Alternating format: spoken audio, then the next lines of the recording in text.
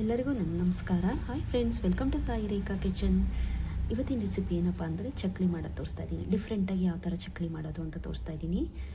ಮೊನ್ನೆ ತೋರಿಸಿದ್ದು ಇದ್ರದ್ದು ರವೆ ಚಕ್ಲಿ ತೋರಿಸಿದ್ದೆ. ಇವತ್ತು ಮೈದಾ ಹಿಟ್ಟು ಹಾಕಿ ಮಾಡೋದು ಚಕ್ಲಿ ತೋರಿಸ್ತಾ ಇದ್ದೀನಿ ಫ್ರೆಂಡ್ಸ್. ಯಾರೆಲ್ಲ ಸಬ್ಸ್ಕ್ರೈಬ್ ಆಗಿದ್ದೀರೋ ಅವ್ರಿಗೆಲ್ಲ ಥ್ಯಾಂಕ್ ಯು ಸೋ ಮಚ್. ಬನ್ನಿ ಇದಕ್ಕೆ ಬೇಕಾದರೆ ಇಂಗ್ರೀಡಿಯೆಂಟ್ಸ್ ನೋಡೋಣ. ಈ ಕಪ್ಪಲ್ಲಿ 2 ಕಪ್ಪಷ್ಟು ಅಕ್ಕಿ ಹಿಟ್ಟು ತೊಗೊಂಡಿದ್ದೀನಿ ಫ್ರೆಂಡ್ಸ್. 1 ಕಪ್ಪಷ್ಟು ಮೈದಾ ಹಿಟ್ಟು, ಆಮೇಲೆ ಒಂದು ಅರ್ಧ ಕಪ್ಪಷ್ಟು, 3/4 ಕಪ್ಪಷ್ಟು ಹುರುಗಡಲೆ ತೊಗೊಂಡಿದ್ದೀನಿ. 1 ಸ್ಪೂನಷ್ಟು ಅಚ್ಕಾರದ ಪುಡಿ, 2 ಸ್ಪೂನಷ್ಟು ಬಿಳಿ ಎಳ್ಳು, 1 ಸ್ಪೂನಷ್ಟು ಜೀರಿಗೆ, ಆಮೇಲೆ ಸ್ವಲ್ಪ ಅಜ್ವೈನು, ಇಂಗು, ರುಚಿಗೆ ತಕ್ಕಷ್ಟು ಉಪ್ಪು, ಸ್ವಲ್ಪ ಎಣ್ಣೆ. ಫಸ್ಟಿಗೆ ಏನು ಮಾಡೋಣ ನೋಡೋಣ ಬನ್ನಿ. ಫಸ್ಟಿಗೆ ನೋಡಿ, ಒಂದು ಕಾಟನ್ ಕ್ಲಾತ್ ತೊಗೊಂಡಿದ್ದೀನಿ. ಅದರಲ್ಲಿ ಮೈದಾ ಹಿಟ್ಟು ಹಾಕ್ಕೊಳ್ತಾ ಇದ್ದೀನಿ. ಅಲ್ಲಿ ಅಕ್ಕಿ ಹಿಟ್ಟು 2 ಕಪ್ಪಷ್ಟು ಹಾಕ್ಕೊಂಡಿದ್ದೀನಿ. 1 ಕಪ್ಪಷ್ಟು ಮೈದಾ ಹಿಟ್ಟು.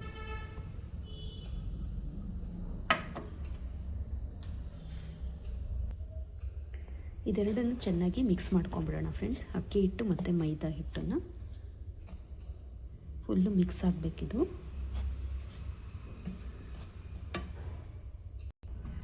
ಇದನ್ನು ಕಲಸಿ 1 ಗಂಟೆ ಕಟ್ಕೊಂಡ್ಬಿಡ್ತಾ ಇದ್ದೀನಿ. ಇದನ್ನು ಟೈಟಾಗಿ 1 ಗಂಟೆ ಹಾಕ್ಕೊಂಬಿಡೋಣ ಇದಕ್ಕೆ. ನೋಡಿ, ಒಂದು ಇಡ್ಲಿ ಸ್ಟ್ಯಾಂಡ್ ಇಟ್ಕೊಂಡಿದ್ದೀನಿ.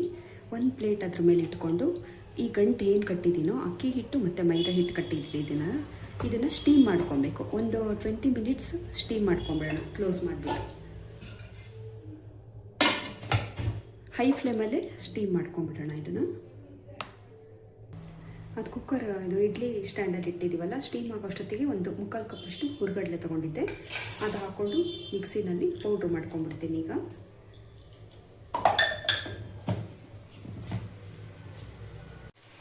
ನೋಡಿ ಫ್ರೆಂಡ್ಸ್, ಈಗ 20 ಮಿನಿಟ್ಸ್ ಆಗಿದೆ. ಆಫ್ ಮಾಡ್ತಾ ಇದ್ದೀನಿ. ಇದು ನೋಡಿ ಈಗ ಆಗಿದೆ. ಇದನ್ನು ತೆಗೆದುಬಿಡೋಣ. ಸ್ವಲ್ಪ ಒಂದು 5 ಮಿನಿಟ್ಸ್ ಆರಕ್ಕೆ ಬಿಟ್ಬಿಡೋಣ. ನೋಡಿ ಫ್ರೆಂಡ್ಸ್, ಈಗ ಹುರುಗಡಲೆ ಪೌಡ್ರ್ ಮಾಡ್ಕೊಂಡಿದ್ದೀನಿ. ಇದನ್ನು ಒಂದು ಪ್ಲೇಟ್ಗೆ ಶಿಫ್ಟ್ ಮಾಡ್ಕೊಂಬಿಡೋಣ. ಈಗ ಇದು 15 ಮಿನಿಟ್ಸ್ ಸ್ಟೀಮ್ ಮಾಡ್ಕೊಂಡಿದ್ನಲ್ಲ ಅಕ್ಕಿ ಹಿಟ್ಟು ಮತ್ತು ಮೈದಾ ಹಿಟ್ಟು, ಇದನ್ನು ಓಪನ್ ಮಾಡ್ತಾ ಇದ್ದೀನಿ. ಇದು ಸ್ವಲ್ಪ ಗಟ್ಟಿ ಆಗಿರುತ್ತೆ. ಸ್ವಲ್ಪ ಆರಕ್ಕೆ ಬಿಟ್ಟು ಇದನ್ನು ಮಿಕ್ಸಿನಲ್ಲಿ ಮತ್ತೆ ಪೌಡ್ರ್ ಮಾಡ್ಕೊಬೇಕು. ನೋಡಿ, ಸ್ಟೀಮ್ ಮಾಡ್ಕೊಂಡಿರುತ್ತೆ, ತುಂಬ ಬಿಸಿ ಇದೆ. ಇದನ್ನು ಹಾಗೆ ಪೌಡ್ರ್ ಮಾಡ್ಕೊಬೋದು, ಇಲ್ಲಾಂದರೆ ಮಿಕ್ಸಿನಲ್ಲಿ ಹಾಕ್ಕೊಂಡು ಮತ್ತೆ ಪೌಡ್ರ್ ಮಾಡ್ಕೊಬೋದು. ಮಿಕ್ಸಿಲಿ ಹಾಕೋ ಬದಲು ಕೈಯೆಲ್ಲ ಹೀಗೆ ಸ್ಪೂನಲ್ಲೇ ಮಾಡ್ಕೊಬೋದು.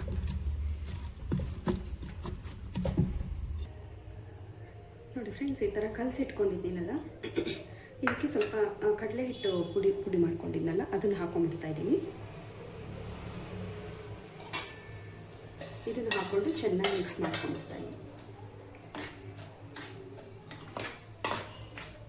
ಮಿಕ್ಸ್ ಮಾಡಿಕೊಂಡು ಈಗ ಇದಕ್ಕೆ ನಾನು ಒಂದು 2ರಿಂದ 3 ಸ್ಪೂನಷ್ಟು ಎಣ್ಣೆ ಹಿಟ್ಟು ಕಾಯಿಸಿ ಇಟ್ಕೊಂಡಿದ್ದೆ. ಎಣ್ಣೆ ಹಾಕ್ಕೊಳ್ತಾ ಇದ್ದೀನಿ.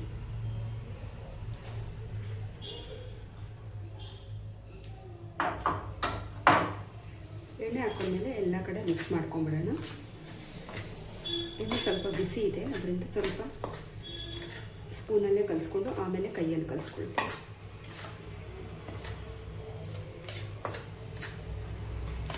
ನೋಡಿ,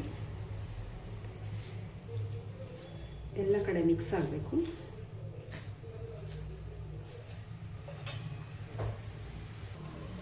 ನೋಡಿ, ಈ ಥರ ಕಲಿಸಿದ್ಮೇಲೆ ಎಣ್ಣೆ ಎಲ್ಲ ಕಡೆ ಮಿಕ್ಸ್ ಆಗಿದೆ ಅಂತ ಗೊತ್ತಾಗುತ್ತೆ. ಈ ಥರ ಮಾಡಿದ್ರೆ ನಾವು ಉಂಡೆ ಆಗುತ್ತೆ. ಈ ಥರ ಆದರೆ ಇದು ಕರೆಕ್ಟಾಗಿ ಮಿಕ್ಸ್ ಆಗಿದೆ ಅಂತ ಅರ್ಥ. ಈಗ ಎಳ್ಳು ಹಾಕ್ಕೊಳ್ತಾ ಇದ್ದೀನಿ. 2 ಸ್ಪೂನಷ್ಟು ಎಳ್ಳು, 1 ಸ್ಪೂನಷ್ಟು ಜೀರಿಗೆ, ಅಜ್ವೈನು 1/4 ಸ್ಪೂನಷ್ಟು ಅಜ್ವೈನು ಈ ಥರ ಮಾಡಿ ಹಾಕ್ಕೊಳ್ಳೋಣ. 1 ಸ್ಪೂನಷ್ಟು ಅಚ್ಕಾರದ ಪುಡಿ ಹಾಕ್ಕೊಳ್ತಾ ಇದ್ದೀನಿ. ಆಮೇಲೆ ಸ್ವಲ್ಪ ಇಂಗು ಟೇಸ್ಟಿಗೆ,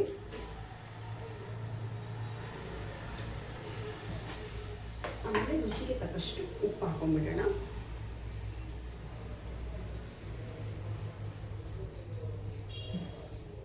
ಈಗ ಇದನ್ನು ಎಲ್ಲ ಕಡೆ ಮಿಕ್ಸ್ ಮಾಡ್ಕೊಂಡ್ಬಿಟ್ಟು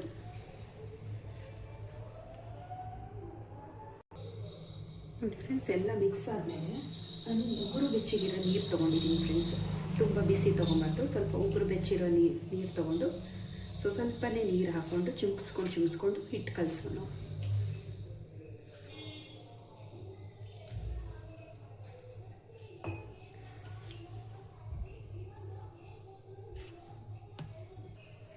ನೋಡಿ ಫ್ರೆಂಡ್ಸ್, ಈ ಥರ ಹಿಟ್ಟು ಕಲಸಿ ಇಟ್ಕೊಂಡಿದ್ದೀನಿ. ಇದನ್ನು ಒಂದು 5 ಮಿನಿಟ್ಸ್ ಹಾಗೆ ಮುಚ್ಚಿಟ್ಬಿಡೋಣ. ಕಲಸಿರೋ ಹಿಟ್ಟನ್ನು ನೋಡಿ, ಸಾಫ್ಟು ಅಲ್ಲ ಹಾರ್ಡು ಅಲ್ಲ, ಆ ಥರ ಕಲಸಿಟ್ಕೊಂಡಿದ್ದೀನಿ. ಒಂದು 5 ಮಿನಿಟ್ಸ್ ಹಾಗೆ ಇಟ್ಬಿಡೋಣ. ಇದನ್ನು ಕ್ಲೋಸ್ ಮಾಡಿ. ನೋಡಿ ಫ್ರೆಂಡ್ಸ್, ಈ ಥರ ಹಿಟ್ಟು ಹಾಕಿ ಇಟ್ಕೊಂಡಿದ್ದೀನಿ. ಹಿಟ್ಟನ್ನು ಚಕ್ಲಿ ಹುರುಳಿಗೆ ಹಾಕ್ಕೊಂಡು ಈಗ ಸ್ಟಾರ್ಟ್ ಮಾಡಿ.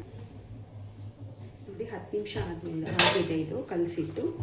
ಇದನ್ನು ಒಂದೊಂದೇ ಪ್ಲೇಟನ್ನು ಉಲ್ಟಾ ಮಾಡಿಕೊಂಡು ಅದ್ರ ಮೇಲೆ ಹಾಕ್ಕೊಳ್ತೀನಿ. ನಮ್ಗೆ ಯಾವ ಸೈಜ್ ಬೇಕೋ ಆ ಸೈಜಲ್ಲಿ ಮಾಡ್ಕೊಳ್ಳೋಣ.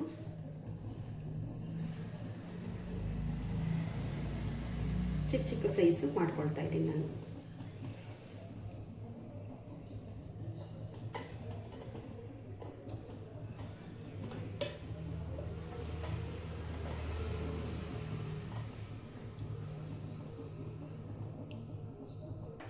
ನೋಡಿ, ಎಣ್ಣೆ ಕೂಡ ಕಾಯ್ದಿದೆ. ಇದೀಗ ಹಿಟ್ಟು ಚಕ್ಲಿ ಒಂದೊಂದೇ ಹಾಕ್ಕೊಳ್ತಾ ಇದ್ದೀನಿ.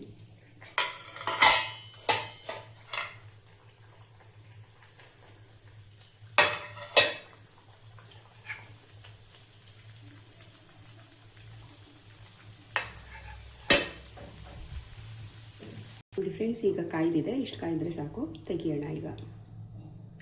ಮತ್ತೆ ಇನ್ನೊಂದು ಸ್ವಲ್ಪ ಇರೋದು ಹಾಕ್ಕೊಳ್ತೀವಿ. ನೋಡಿ, ಈಗ ಹಾಕೊಳ್ಳೋಣ. ಫ್ರೆಂಡ್ಸ್, 2 ಕಪ್ ಅಕ್ಕಿ ಹಿಟ್ಟು ಮತ್ತು 1 ಕಪ್ ಮೈದಾ ಹಿಟ್ಟಿಂದ ಯಾವ ಥರ ಚಕ್ಲಿ ಮಾಡ್ಕೊಬೋದು ಅಂತ.